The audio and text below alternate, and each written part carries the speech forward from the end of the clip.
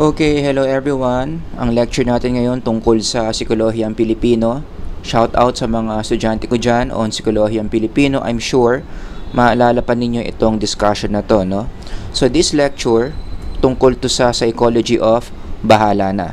Basa lang ako ng tatlong passages from Matthew 6:10. Your kingdom come, your will be done on earth as it is in heaven. And then talon tayo sa Matthew 26:39. And he went a little farther and fell on his face and prayed, saying, O my Father, if it be possible, let this cup pass from me.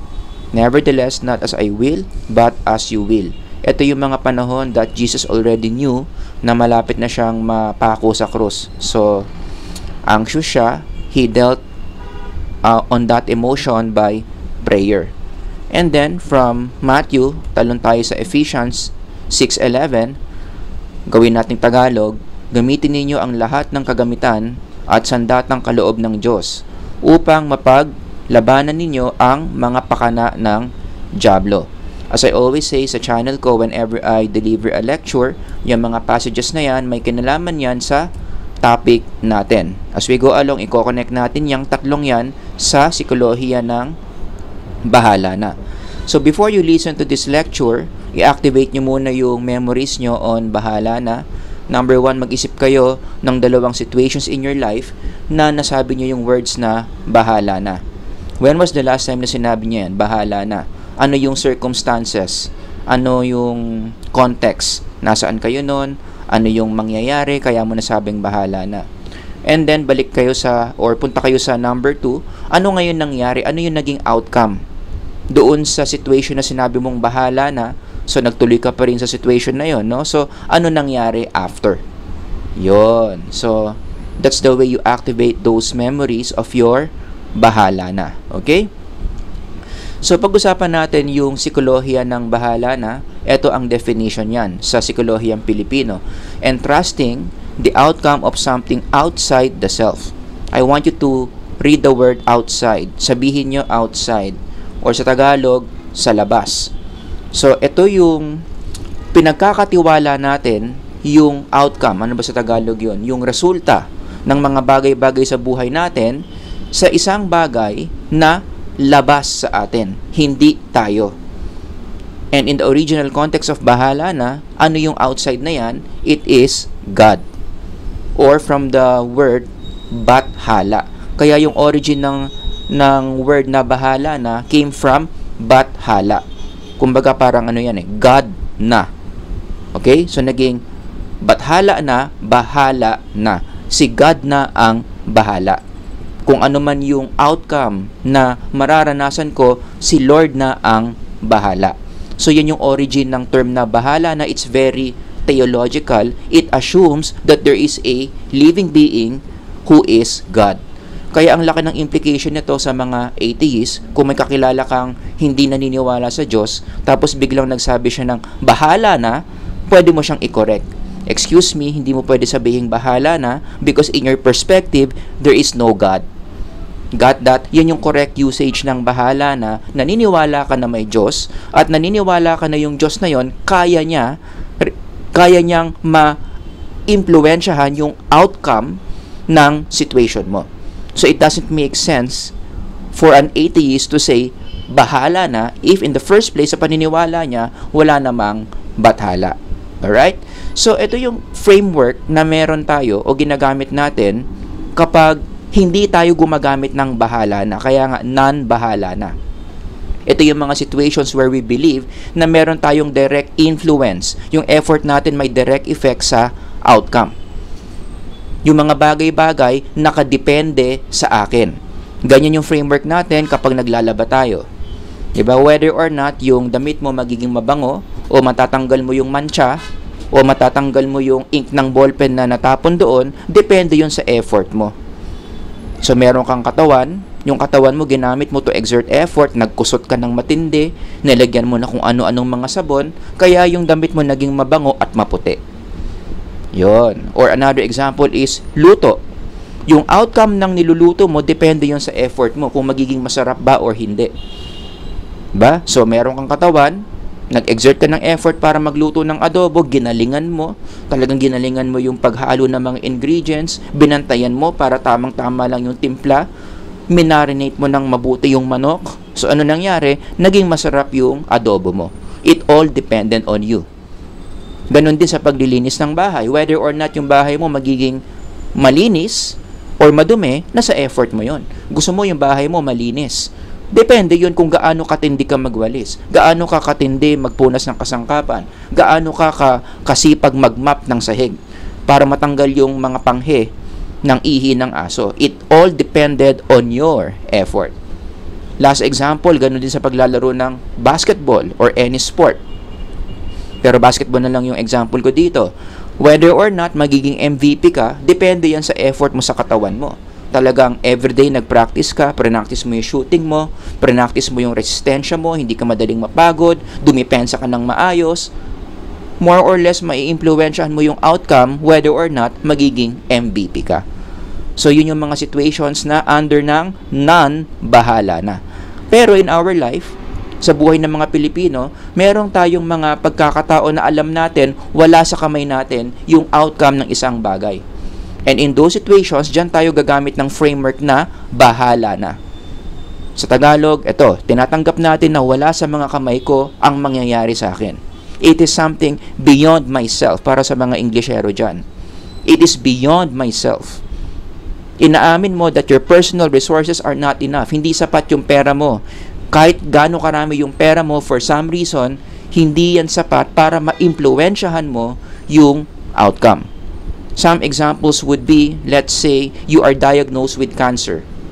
Sanabihan ka ng doktor, meron kang stage 3. Ngayon, marami ka namang pera, marami ka namang resources, pero alam mo, kahit anong dami ng pera mo, kahit anong chemotherapy mo, wala sa kamay mo kung magiging cancer-free ka after the treatment. Diba? Hindi guarantee na kapag meron kang 5 million pesos or 10 million pesos, automatic. After your treatment, mawawala yung cancer mo. Wala sa kamay mo kung magiging cancer-free ka.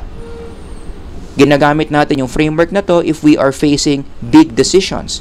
And we don't know kung ano mangyayari when we make those decisions.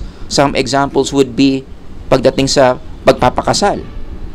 Kahit anong ganda ng wedding mo, which is in your control, hindi mo masisigurado if after the wedding, magiging successful ba yung marriage mo. Like marami tayong alam na ganyang storya, ang ganda ng wedding and grande, milyon ang ginastos. Pumunta pa sa isang island na private para lang doon, pero after 5 years, hiwalay din ang ending. Kasi nga, whether or not ang marriage nyo, ang ending is happily ever after or hiwalay, it's not in your direct control. Kahit anong ayos mo sa pagiging husband or wife, may mga factors talaga na ang ending hindi mo kontrolado. The same thing with parenthood. Diba? Kahit anong dami ng pera mo, kahit anong daming alam mong knowledge on how to be a good parent, at the end of the day, posible pa rin na yung anak mo nagrebelde sa'yo. Na yung anak mo is a big disappointment. Diba? Kahit anong parenting skills yung inatenan mong workshop, at the end of the day, hindi mo kontrolado kung ano ang magiging takbo ng buhay ng anak mo. Hindi mo kontrolado kung ano ang ugali ng anak mo. So in those situations, kung Pilipino ka, anong sabi ng research, etong framework na to yung ginagamit natin, sasabihin mo, bahala na. Alright? So, given this bahala na, mag-iiba yung framework natin dyan, no? Magiging ganito. So, ikaw to, you are facing these situations, hindi mo kontrolado yung outcome, mag-e-exert ka pa rin naman ng effort. May gagawin ka pa rin. Palalakihin mo pa rin ng maayos yung anak mo, magiging mabuti ka pa rin asawa, itatry mo pa rin. Pero, hindi mo iisipin na yung effort mo is the guarantee to influence the outcome. Hindi guarantee yung effort mo na yung anak mo magiging maayos. Hindi guarantee yung effort mo na sure ball hindi kayo maghihiwalay mag-asawa. So, what you do in bahala na is after you exert effort, doon ka pupunta kay Lord. Lord, I did everything I can, ikaw na ang bahala. And then, sa isip mo, si Bathala na ang magbibigay sa'yo kung ano mang outcome yung mangyayari. You see? So, wala sa effort mo. Hindi nakadepende sa effort mo yung outcome. After mong gumawa ng effort, binigay mo kay Lord, yung mangyayari na outcome. Yan ang konsepto ng bahala na. Now, given that, naalala ko tong Lord's Prayer, kaya binasa ko to sa opening ng lecture natin, yung Matthew 6:10. Kung babasahin nyo yung sinabi dito ni Jesus when He was teaching His disciples how to pray, meron itong connotation ng bahala na. Diba? Sabi niya, how should you pray? You say something like this, your kingdom come, your will be done on earth as it is in heaven. Ang pinaka-related dito sa bahala na is yung mga words na your will be done. Sounds familiar? May pagkabahala na yan eh. Pag sinabi mong, Lord, bahala ka na, anong ibig sabihin nun? Your will be done.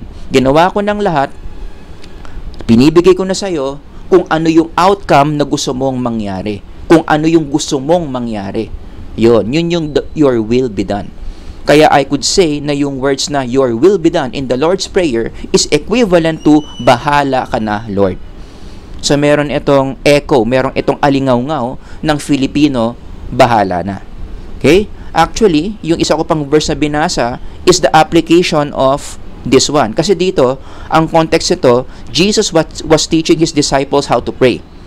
Isa ito sa mga tinuro niya na yung mga bagay na mangyayari for the day, ipagpasa Diyos mo.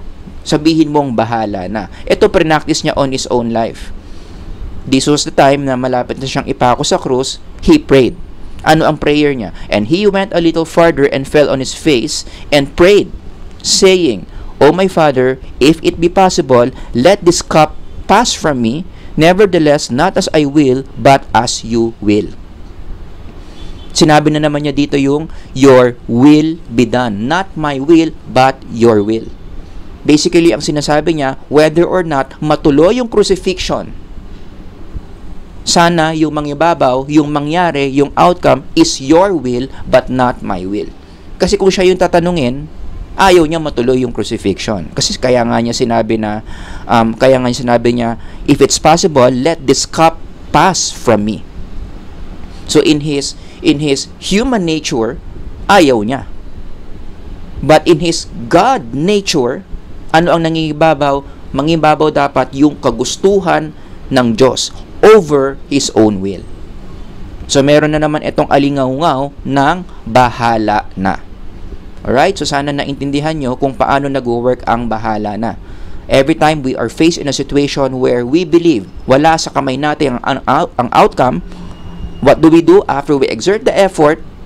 The outcome, binibigay natin kay bathala. Ibang-iba ito sa Western fatalism. Kasi maraming nagsasabi na ang bahala na attitude, it's just like Western fatalism. Yan daw yung direct equivalent ng Western fatalism, which, according to Psikolohiyang Pilipino researchers, iba. Ang common misconception is, bahala na is the same as Western fatalism kasi kung i-check mo raw yung fatalism, ito ang definition. A doctrine that events are fixed in advance so that human beings are powerless to change them. Sa unang tingin, parang related ito sa bahala na, but in closer look, kung i-analyze mo, this is way different from bahala na.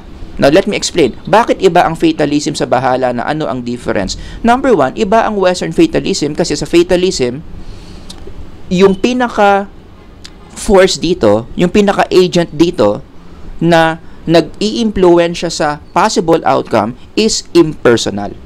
Kasi yung origin ng fatalism, galing ito sa tradition where people were trying to cancel God. Galing ito sa background na ayaw nilang marinig yung word na Diyos. Ayaw nilang marinig yung word na God. Ayaw nilang merong supernatural being who can influence the outcome. Kaya karamihan ng mga atheists, isa ito sa mga go-to ideas, no, yung fatalism. So, ang pinagkaiba ng fatalism, yung pinaka-agent dito is not personal. Kaya instead of saying God or bathala, ang sasabihin nila, sino nag-i-impluwensya ng outcome ng buhay ng tao? It's the force. It's the universe. It's fate. It's destiny. Ano ang common denominator sa mga words na yan? These are impersonal words. Walang mga emotions yan. Walang mga wills yan. Hindi mo pwedeng kausapin yung mga yan. Hindi ka pwede mag-open up sa mga words na yan because these are impersonal forces. Hindi nag-a-apply dito yung word na bathala because these things are not God. These things are created by God. But these are not God. These are not God themselves. Okay? Number 2, another difference is sa Western fatalism, walang effort na kasama. Going back to the framework of bahala na, balikan natin yon. Remember, merong effort. Meron ka pa rin gagawin. Tapos yung outcome ng ginawa mo, ibibigay mo kay bathala, siya ngayon ang mag-i-impluensya nun. Pero sa Western fatalism, yung una, wala ngang bathala. Pangalawa, wala pang effort. Kasi sa Western fatalism, ang paniniwala mo, things just happen. So no matter what you do, kahit anong effort pa yung gawin mo, useless na gawin mo yung effort na yan kasi yung outcome na mangyayari, yun ang mangyayari. So don't even bother to do things that will help you happen or that will help you make happen the outcome that you want to happen. O para mas malinaw, ang framework dyan, something like this. Yan, this is you. Nasa complete control ka ng destiny, force, universe, and fate. So lahat ng bagay na mangyayari sa'yo, kahit ano pang gawin mo, kahit maligo ka pa, kahit pumatay ka pa ng manok, kahit magpunta ka pa sa temple, whatever prayer you do, ano mangyayari? Ito ang makaka-impluensya sa'yo. Wala kang magagawa dyan. Itutulak ka nito papunta sa outcome na sinet nila para sa'yo. You are a completely helpless being. Got that? Or pwede rin naman, itong destiny, force, universe, and fate, sila yung mag-i-impluensya sa outcome na mangyayari sa'yo bukas. And you cannot do anything about it. So kung ano man yung mangyayari bukas, 0% ang control mo doon. So wag ka nang mag-pray, wag ka nang maghanda, wag ka nang mag-aral, wag ka nang maligo, wag ka nang mag-practice ng sport mo. Kasi kung mananalo ka, kung matatalo ka, kung papasa ka, kung babagsak ka. Yan yung fatalistic attitude.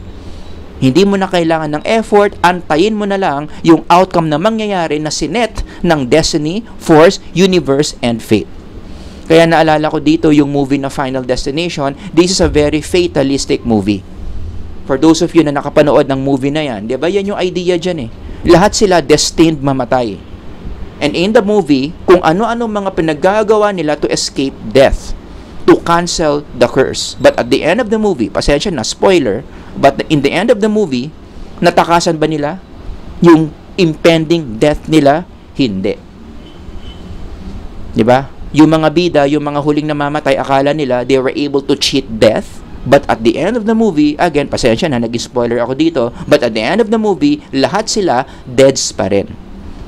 Yun ang idea ng fatalism. Walang Diyos na involved, wala nang kwenta na gumawa ka pa ng effort. Antayin mo na lang yung mga bagay na nakadestined na mangyari. So, ibang-iba ang fatalism sa bahala na. Let me further read an excerpt coming from a book that explains na iba ang bahala na sa fatalism. Sabi ni Lagmay, 1977, bahala na is not fatalism. Yan, kasasabi ko lang. But determination and risk-taking. When Filipinos utter the expression bahala na, they are not leaving their fate to God. Hindi daw siya fate. And remaining passive. Hindi ganon. Hindi tayo passive sa bahala na. Unlike in fatalism. Rather, they are telling themselves that they are ready to face difficult situations before them and will do their best to achieve their objectives. Meron pa ring do. Mag-e-effort ka pa rin. But after you exert your effort, pupunta ka kay bathala, siya na ang mag-i-influence ng outcome. Papasa ka ba or hindi? Makakalusot ka ba or hindi? Matutuloy ka ba sa Amerika or hindi? Bahala ka na after you did all the efforts that you can. Meron bang psychological benefit ang bahala na? That's a very good question, no? So, sa Filipino mental health, kapag ang Pilipino nagsasabi ng bahala na, meron ba tayong na-experience ng maganda sa mental health natin? Ang sabi ng mga researchers, meron. Let me continue. From this excerpt, the expression is a way of what? Pumping courage. So, ang mga Pilipino pala, pag nagsasabi ng bahala na, ang natural effect niya na maganda, tumataas yung ating courage. Or sa Tagalog, lumalakas ang loob natin. In fact, even before they have said bahala na, they have probably done their best to prepare for the forthcoming situation. Yun pala ang pinaka-epekto sa atin ng bahala na, lumalakas ang loob natin. So going back to that framework, ano nangyayari? Alam natin, wala sa kamay natin ang outcome. What do? We exert effort. Yung effort na yan, ibibigay natin kay Bathala. At kapag alam na natin na binigay na natin kay Bathala, diyan lumalabas yung courage natin. Lumalakas yung loob natin na harapin kung ano man yung outcome na mangyayari. Lumalakas yung loob mo, no, na harapin whether or not matutuloy ka sa Amerika, whether or not papasa ka. Hindi yung hindi ka makatulog habang nag-aantay ka ng outcome na inaantay mo. Nakakatulog ka ng maayos kasi binigay mo na kay Lord. Meron ka ng courage that whatever happens, whatever the outcome is, malakas ang loob mo. Pero ito yung tanong, no? May nagtanong sa akin student dati, fine, bahala na is a source of courage among Filipinos. Pero ang tanong is, bakit? Anong meron kay Bathala at na-encourage at lumalakas ang loob ng mga Pilipino? That's a very good question. That's a very smart student. Right? Anong meron doon sa Bathala na kapag binigay mo yung effort mo kay Bathala, lumalakas ang loob mo na harapin yung outcome? Ang sagot dyan, may kinalaman kasi yan sa quality ni Bathala. Ang mga Pilipino kasi kilala nila yung Bathala nila, kilala nila yung Diyos nila. Kapag na-realize nila yung quality ng Diyos nila, na binigay nila yung effort nila doon sa Diyos na yon na may ganong qualities, yun ang nagbibigay ng lakas ng loob sa kanila. Ang tanong, ano yung mga qualities na yan? Dalawa yan. Alam ng mga Pilipino na ang Diyos nila, na pinagbigyan nila ng outcome na mangyayari sa kanila, number 1 is matalino, and number 2 is makapangyarihan. Diba? I mean, put yourself into this situation. Kung alam mo na yung Diyos mo sobrang talino, mas matalino sa'yo, kung alam mo na ang Diyos mo super makapangyarihan kaysa sa'yo, wala kang dapat ikatakot. Kung anumang outcome yung darating, alam mo, that is the best possible outcome. Yun yung outcome na makakabuti sa'yo. Kung yung outcome, binasted ka, alam mo na kaya ka binasted kasi yun ang pinakamagandang pwede mangyari sa'yo, yung mabasted ka. Kung hindi ka natanggap sa trabaho na gusto mong pasukan, alam mo na yun yung best na dapat mangyari sa'yo. Siguro may mas magandang plano kaya hindi ka natanggap doon sa pinag-applyan mong trabaho. Kasi, sino ba gumawa ng outcome na yon? Isang Diyos na matalino at isang Diyos na makapangyarihan. Kaya ang lakas ng loob mo, hindi ka kinakabaan habang nag-aantay ka ng outcome. Habang inaantay mo kung sasagutin ka. Habang inaantay mo kung tatawagan ka nung job interview mo. Am I making sense? Yun. Like for example, in the Bible, di ba? Ano ba ang katangian ng Diyos? In connection to katalinuhan, sobrang talino ng Diyos. Siya mismo nagsabi, "For my thoughts are not your thoughts, neither are your ways my ways," sabi ng Diyos. "As the heavens are higher than the earth, so are my ways are higher than your ways, and my thoughts than your thoughts." Ganun katalino ang Diyos. Mas matalino siya sa'yo. So, sino ka para impluwensyahan mo yung outcome? Hayaan mo siya ang magbigay sa'yo ng outcome. Kasi mas matalino siya sa'yo. Mas alam niya kung anong mas makakabuti sa'yo. So, when you realize that, lumalakas ang loob mo sa pagharap doon sa outcome. Maganda rin yung sinabi sa Jeremiah in connection naman to power. O sa Tagalog, Panginoong Diyos, narito iyong ginawa ang langit at ang lupa. Doon pa lang, powerful na eh. Gawin mo yung langit at lupa. Nobody can do that. In this universe, only God. So, super powerful talaga ng Diyos, no? Sa pamamagitan ng iyong malaking kapangyarihan at sa pamamagitan ng iyong unat na kamay, walang bagay na totoong napakahirap sa iyo. Omnipotence ang tawag dyan. All-powerful God. So, meron tayong all-knowing God, meron tayong all-powerful God. Binibigay natin sa Kanya yung problema natin sa cancer, binibigay natin sa Kanya yung problema natin na makapasa tayo sa board exam. So, bakit ka kinakabahan? Diba? Lalakas ngayon ang loob mo sa pag-aantay ng outcome. Gagaling ba ako sa cancer o hindi? Papasa ba ako sa board exam o hindi? Sasagutin ba ako ng nililigawan ko o hindi? Lord, wala akong dapat ikakaba. Kasi kung ano man yung outcome na gusto mo sa akin for those situations, I'm sure yun ang pinakamakakabuti para sa akin. Yan ang nagbibigay ng lakas ng loob sa mga Pilipino pag sinasabi nilang bahala na. Actually, yung framework na yan, na-confirm yan partially ng thesis ko. For those of you who are asking, ito yung aking thesis nung nagmasteral ako. Marami naman akong research questions dyan. But one of the research questions or one of the conclusions I found was this. Nakalagay dyan sa framework. That among Filipinos, religiosity predicts self-efficacy. Ang mga Pilipino na mataas ang religiosity, panay ang basa sa Bible, close na close kay Lord, gumagawa ng mga bagay tungkol sa simbahan, sila yung mga tao na malalakas ang loob. Now, if you connect that framework to what I've explained, bakit? Ano yung parang mediating variable between these two variables? Bakit ang mga Pilipinong highly religious, malalakas ang loob? Pasok mo yung tinuro ko kanina. Kasi by being religious, you are reminded in the cognitive level the qualities of God. 'Di ba? Habang nagdadasal ka, habang nagbabasa ka ng Bible, habang nakikinig ka kay pastor, na-activate yung ideas about who is the God you are serving.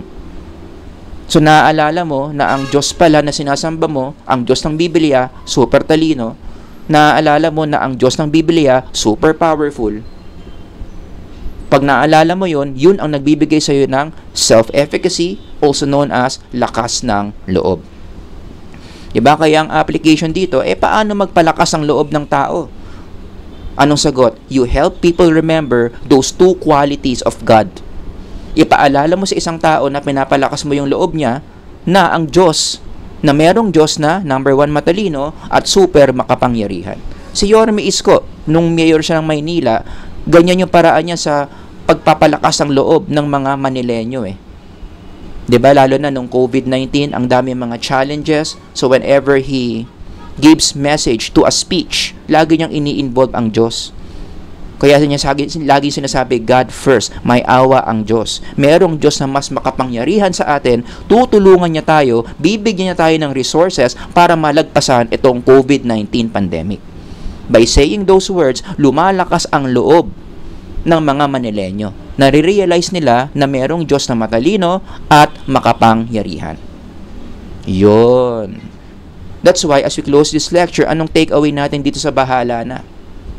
Diba? Ang take-away natin dito is, ang mga Pilipino pala talaga, sa ating original context, even before the Spaniards, believe in the supernatural world. Filipinos believe in supernatural entities. Kasi syempre, isang topic ba dito, yung original bahala na, yun ba biblical God? Okay? Mahabang usapan pa yan. No? Pero ito lang yung sigurado natin. Yung mga sinaunang Pilipino naniniwala sa supernatural world, naniniwala sa supernatural entities. Whether or not yung bahala na, yung bathala na ginagamit ng mga sinaunang Pilipino is the biblical God is besides the point. The point is, naniniwala ang mga Pilipino na merong higher being that is supernatural. Now, the question is, for those of you, lalong-lalo ng mga psych majors na nakikinig, do you believe in the supernatural world or should you believe in the supernatural world / entities? Bilang isang psych major, dapat ka bang maniwala sa mga ideas na yan like God, spirits, demons, so on and so forth? Magiging bias ako in this lecture. I think okay lang naman maging bias, lalo na kung yung bias mo naman is katotohanan. Am I right? So magiging bias ako dito kung psych major ka. Psychology major, ang sagot mo dito is dapat kang maniwala sa supernatural world, sa supernatural entities, lalong-lalo na sa konsepto ng Diyos. And I have 2 reasons why. Makinig kayo, psych majors. Why should you believe about the supernatural world? Number 1, because the psyche in psychology is a supernatural world.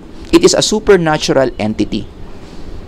Again, yung mga psych majors dito, sana tinuro sa inyo sa Gen Psych na ang root word ng psychology is psyche, na kapag i-research mo ang psyche pala, ang ibig sabihin niyan is spirit, which is non-physical, which is part of the supernatural world. Kaya pag sinabi mong psychology major ka, saan ka magaling? Magaling ka sa spirits. The scientific study of the spirit. So supernatural yung pinaka-pinag-aaralan mo sa field ng psychology. Kaya ang psychology iba sa neurology. Lagi kong sinasabi yan.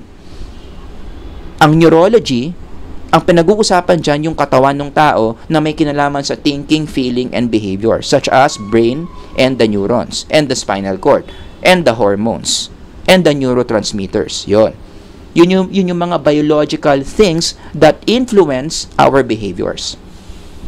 Neurology yon. Pero pag psychology ka, psyche ang starting point, hindi brain, hindi neurons. Psyche, yung spirito, yung non-physical aspect of the person. Oh, kaya dyan pa lang, gets mo na kung psych major ka, dapat naniniwala ka sa supernatural world. Dapat naniniwala ka sa psyche, who is a supernatural being.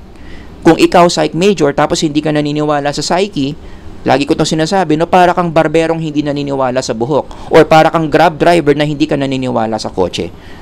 And that is so weird. Kung ano yung trabaho mo, yun pa yung hindi mo pinaniniwalaan. Diba? So for those of you who are psych majors, tapos hindi ka naniniwala sa mga ganyang mga supernatural world, supernatural beings, think twice. Maybe mas bagay sa iyo mag-shift ka sa neurology para tugmang-tugma sa pananaw mo about human beings. Ang mga tao, purely physical lang. Which, by the way, I strongly disagree.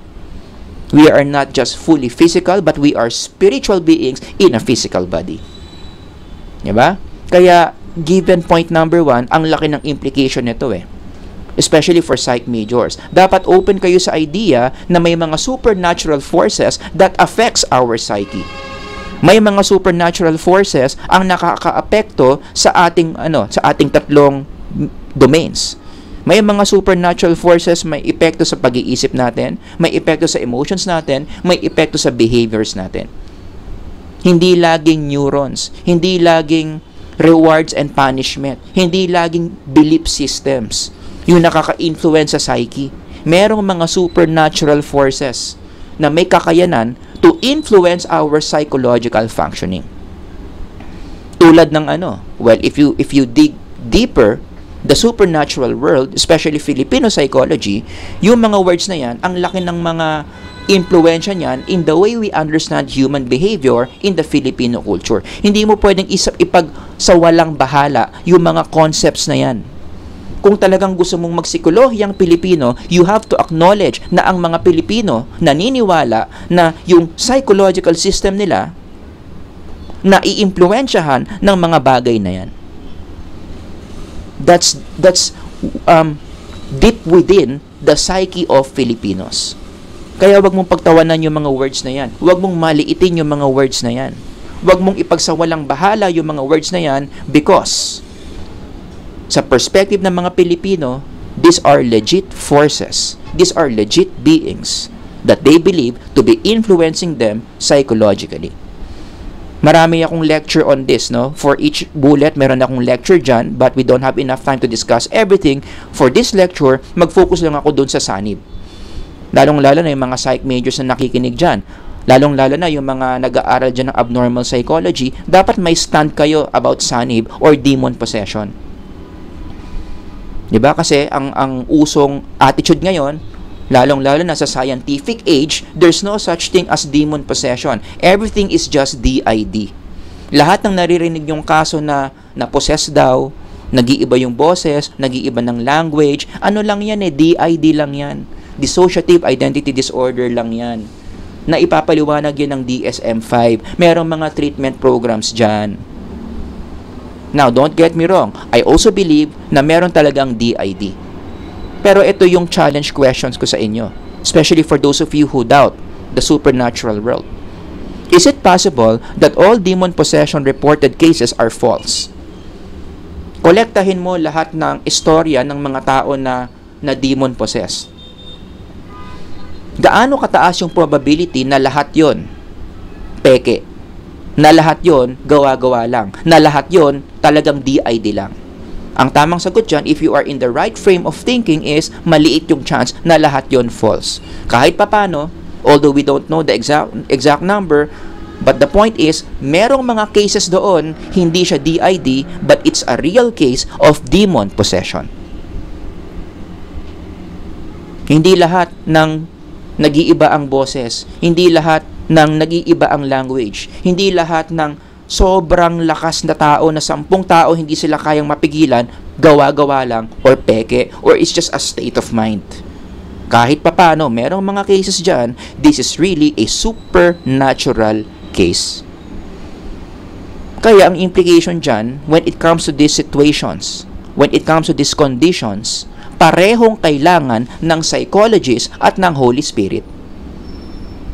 See? Pareho. Kaya nga hindi ko sinasabi na lahat ng demon possession cases peke. Hindi rin naman dapat sabihin na lahat na lang ng demon cases supernatural. We have to differentiate the two. Anong mga cases na ganito ang talagang legit DID, at ano ang mga cases na talagang legit supernatural ang cause, therefore ang Holy Spirit lang ang makakatulong. Siyempre, marami na naman magtataas ang kilay dyan, lalong-lalo na nang narinig yung Holy Spirit. Because Holy Spirit is not quote-unquote a psychological word. Although I disagree because Holy Spirit nga Holy Psyche. Remember, psyche is about spirit. So ako, para sa akin na ang Holy Spirit, psychological yan. Dinemonize lang yan ng mga taong hindi naniniwala sa Diyos at ayaw ng mga ganyang words sa mundo ng psikolohiya. Pero hindi dapat, hindi tama. Holy Spirit is Holy Psyche. Nagigets nyo? So anyway, going back to this issue, parehong kailangan ng psychologist at ng Holy Spirit. For the psychologist, ayusin niya yung mga situations sa ganito na talagang psychological ang origin. Kaya pa ng treatment program sa gawa ng tao. Pero for cases na talagang this is demon possession, walang kinalaman ang brain, walang kinalaman ang neurotransmitters, walang kinalaman ng hormones, but an evil spirit who can overcome an evil spirit, not psychologists, but only God can overcome evil spirits. Diba? Kaya nga, masasagot na natin yung riddle Bakit hindi lahat ng psych disorders, especially these kinds of cases, kayang gamutin ng psychologist? I-connect mo yan sa point dito. Anong sagot? Bakit hindi lahat kayang sagutin ng mga psychologists? Kasi hindi naman lahat ng condition na ganyan is psychological in nature, in the scientific sense. Meron talagang mga cases na ganyan, supernatural in nature. In those cases, we don't need psychologists, we need God. We need God's Spirit, the Holy Spirit, to overcome those evil spirits. Yan ang masakit na katotohanan, especially sa mga hardcore scientific psychologists. Nagigets nyo? Now we know kung bakit ganyan. Number 2, second reason kung bakit dapat ka maniwala sa supernatural world, because God's Word confirms the supernatural world. Again, hardcore scientific psychology will deny the supernatural world. Sasabihin lang nila, nag-hallucinate lang yan, kaya naniniwala sa demonyo, nag-hallucinate lang yan, kaya siya nakakita ng evil spirit. But if you go to God's Word, which is for me the most accurate source of knowledge in this life, it confirms the existence of the supernatural world, of the supernatural beings. In fact, yung Ephesians 6:12, it's one of the most powerful passages I know that validates the reality of supernatural forces. Ang sabi ni Paul dito, for our struggle is not against flesh and blood. Dun pa lang sa sentence na yun ang dami ko nang pwedeng sabihin. Meron tayong mga psychological conditions such as struggle, di ba? Ang struggle, psychological situation yan that can be explained by supernatural things. For our struggle is not against flesh and blood. It's not against your brain. It's not against your neurons. It's not against another human being na may brain at may neuron. But, sabi niya, against the rulers, against the authorities, against the powers of this dark world, mga supernatural beings who are evil, and against the spiritual forces of evil in the heavenly realm. Yung word na heavenly realm, supernatural. Summary, may mga supernatural beings na kaka-impluwensya sa psychological outcome natin. Yan yung sinasabi ng Ephesians 6:12. And as a student of the psyche, you have to take this seriously. Na ang cause ng mga psychological problems, hindi laging imbalance sa hormones, hindi laging na-trauma nung childhood, hindi laging may sira yung frontal lobe. No. Merong mga psychological problems, ang explanation dyan, someone in the heavenly realms. At ang solution dyan is the ultimate being of the heavenly realm who is God Himself. The all-powerful, almighty, all-knowing, biblical God. In fact, yung mga nakataas ang kilay dyan, meron ba tayong mga scientific evidences that the supernatural world is real? Surprisingly, meron. Yan. I highly recommend you read these books. Mga scientists, mga nagsulat niyan. Talagang pinag-aralan nila yung possible existence of supernatural beings, of the supernatural world. Totoo bang may afterlife? Ang sagot nila, meron. Sinashut up lang to ng mga hardcore scientists. Kaya hindi nyo pa narinig yung mga libro na yan eh. Kasi sinashut up sila. Because these people don't like us to believe. They don't like us to be open to the idea that there is a supernatural world out there. Kasi madidestroy yung science nila. So what do? Nag-uusap-usap yung mga yan to shut them up. Pero ito, ino-open ko sa inyo, merong mga ganitong libro. Meron talaga mga legit laboratory studies that prove, that give credit to the existence of the supernatural world. All you need to do is to read this and you decide at the end of the day kung maniniwala ka or hindi. Pero sana ang prayer ko sa iyo, maniwala ka. Because these things are real. So given all these things, ano ang implication nito sa psikolohiyang Pilipino? Hindi mo pwedeng paghiwalayin yung supernatural ideas sa pag-intindi ng mga Pilipino.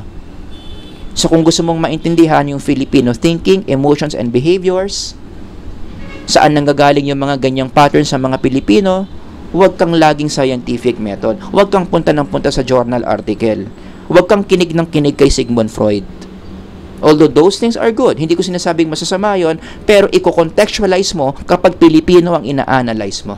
Malaking parte ng buhay Pilipino ang paniniwala sa supernatural world, sa supernatural beings, sa supernatural forces. You have to consider this for you to effectively explain Filipino patterns. Kaya kapag ikaw, researcher ka ng psikolohiyang Pilipino, open ka dapat sa mga ganyang ideas. Hindi mo dapat pinagtatawanan yan. Hindi mo dapat minamaliit yan. Ano naman ang implication nito sa'yo? Outside na tayo ng psikolohiyang Pilipino, sa'yo, anong implication yan? Dapat open ka sa idea that as a spiritual being, meron kang mga psychological conditions and experiences na ang cause niyan is something supernatural. Lalong-lalo na yung mga struggles mo. Yung depression mo, yung feeling mo ang liit-liit ng value mo, yung mga suicidal thoughts mo, most likely, ano ang cause niyan? These things, evil spirits who want you destroyed because you are created in the image of God. Ang mga evil spirits kasi, they hate people who are created in the image of God because they hated the God who created us in the first place. So what do? They destroy all the creation created by that God that they hate. And that includes you. So lahat yan, yung mga demonyo, yung mga evil spirits, yung mga supernatural forces, araw-araw nag-iisip sila ng mga schemes, nag-iisip sila ng mga ideas kung paano kasi sirain via your psyche. Bibigyan ka ng mga negative thoughts, bibigyan ka ng mga negative emotions, paniniwalain ka sa mga bagay na hindi totoo until you're a mess. Kaya ang panglaban dyan is, again, God's Word. Go back to the Bible, read and apply God's Word. Kasi this will expose all those schemes na ginagawa sa iyo ng mga supernatural beings. Para umayos yung emotions mo, umayos yung actions mo, umayos yung takbo ng utak mo. Because God's Word is so good in teaching you how to think, how to feel, how to behave the right way as a spiritual being. Kaya ako binasa yung Ephesians 6:11. Yan yung connection nun. Gamitin ninyo ang lahat ng kagamitan at sandatang kaloob ng Diyos. In some translation, the armor of God. Isuot nyo yung armor of God so that you can overcome the forces of the evil one. Upang mapaglabanan ninyo ang mga pakana ng dyablo. And one of the armors of God na talagang super powerful in helping you protect yourself from this is none other than His Word. God's Word. Kaya kung psych major ka, sabi, paulit-ulit ko to sinasabi, hindi mo dapat pinagtatawanan yung Bible. Hindi mo dapat minamaliit yung Bible. Before you read your journal articles, you need to be reading your Bible first. Kasi marami namang sinasabi sa journal article, ang sinasabi doon, sinasabi rin ng Biblia in the first place. The Bible is the source of all relevant psychological knowledge we should know para umayos yung mental health natin. Alright? So yan ang aking maikling lecture, quote-unquote, maikling lecture sa Psychology of Bahala Na. Sana marami kayong natutunan. Kung meron kayong mga tanong or comments, ilagay nyo lang dyan sa comment section. Sir Howard here. Hanggang sa susunod na lecture. God bless everyone. Bye-bye.